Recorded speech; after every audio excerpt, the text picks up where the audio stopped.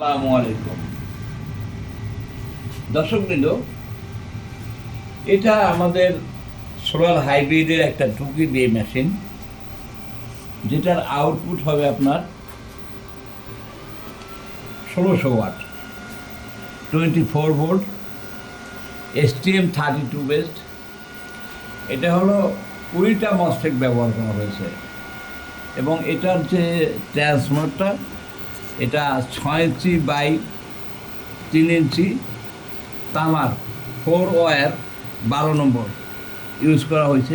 এটা আমাদের MPPT dual output ইন্টারলিভ, এটাও এখানে বসানো হয়েছে। এটা আপনার সব আমরা যেমন এখন লোডে চলতেছে, লোড কমাইলে অনেক কথা বলে তো আর কিছু হয় না, যে আমার ভোল্টেজ কমে আমার ভোল্টেজ বাড়ে। আমার লোডের সাথে ভোল্টেজের কোনো তারতম্য খুব বেশি হয় না, তারের কারণে 2-4 ভোল্ট হয়তো ডিফার হতে পারে, এমন না যে 10-20 ভোল্ট ডিফার হবে।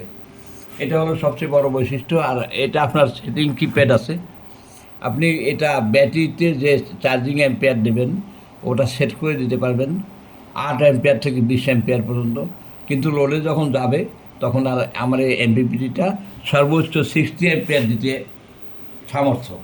এরপরে আমরা আরও ডিজাইন করতেছি, 80 অ্যাম্পিয়ার দেওয়ার জন্য চেষ্টা করতেছি। তো কিন্তু এখানে সবচেয়ে বড় কথা হলো 80 অ্যাম্পিয়ার যদি আপনি সরাসরি ব্যাটারিতে দেন, যেমন আমাদের দেশে প্রচলিত এমপিপিটিগুলো সবগুলোই আপনার ব্যাটারি ম্যানেজমেন্টের যে অ্যাম্পিয়ার সেটিং এটা নাই। এই কারণে আপনারা বড় ধরনের ক্ষতির সম্মুখীন হবেন, যেটা হলো সেটা আপনার যে ব্যাটারিটা অচিরেই নষ্ট হয়ে যাবে, খুব দ্রুত ড্যামেজ হয়ে যাবে। তো এইসব কথা চিন্তা করে আমাদের যে পাকিস্তানি এমপিপিটি, যেটা সরাসরি ব্যাটারি নিয়ন্ত্রণের বাইরে, ডিএসপি এমপিপিটি সেটাও ব্যাটারি নিয়ন্ত্রণের বাইরে, যে কারণে আমরা পিসিউতে এই ধরনের এমপিপিটি ব্যবহার করি নাই।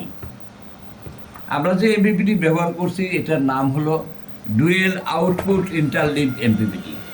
অর্থাৎ এটাতে 2টা আউটপুট, এই যে এখানে আপনি দেখতে পাচ্ছেন আমাদের এখানে 2টা আউটপুট, কিন্তু একটা হলো ব্যাটারিতে, যে এটা ব্যাটারিতে যখন চার্জিং বলে যাবে এই আউটপুট থেকে সরাসরি ব্যাটারিতে সেটিংস অ্যাম্পিয়ারই দেবে, তার অতিরিক্ত দেবে না, সোলারে যাই থাক না কেন।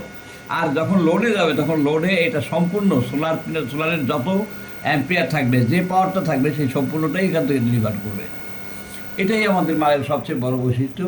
এবং STM32 বেসড, এটা যে ফলাফল আমরা এ পর্যন্ত দেখতে পাচ্ছি অত্যন্ত ভালো। এখন আমারটা আমি ভালো বললে সবাই সবারটা ভালো বলে।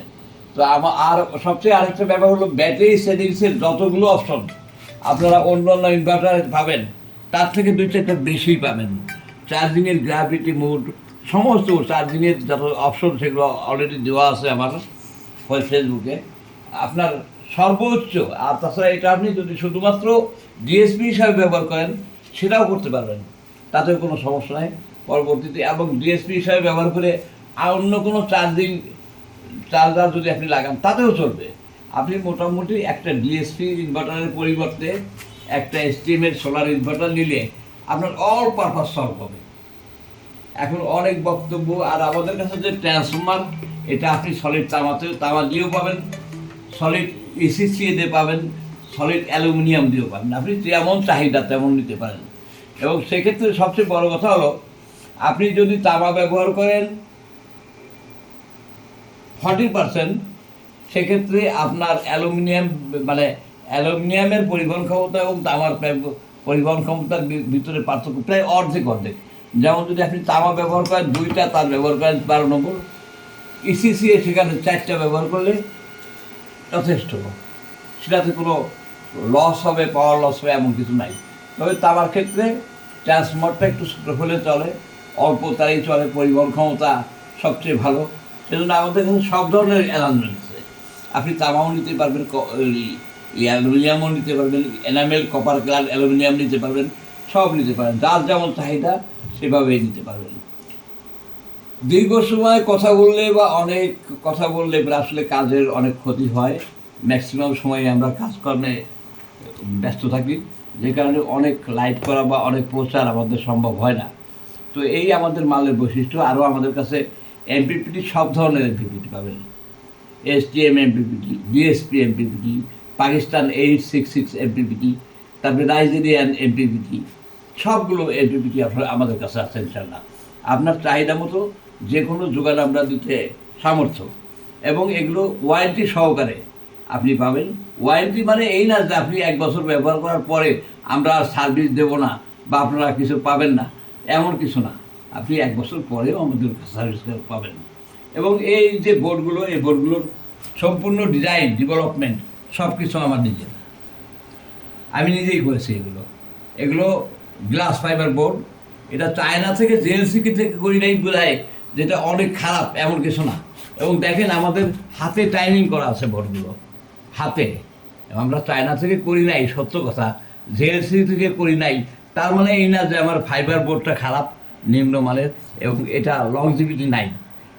এটা একটা গুরুত্বপূর্ণ কথা। জেএলসি থেকে করলেই যে পৃথিবীর মান অনেক ভালো হবে, অনেক দিন মাল টিকবে, এমন কোনো কথা নাই। এই সংক্ষিপ্ত বক্তব্য রেখে আমার বক্তব্য শেষ করছি। আসসালামু আলাইকুম। আমি ইঞ্জিনিয়ার আসাদুজ্জামান, প্রাক্তন সহকারী প্রকৌশলী, বাংলাদেশ বিদ্যুৎ উন্নয়ন বোর্ড। ধন্যবাদ।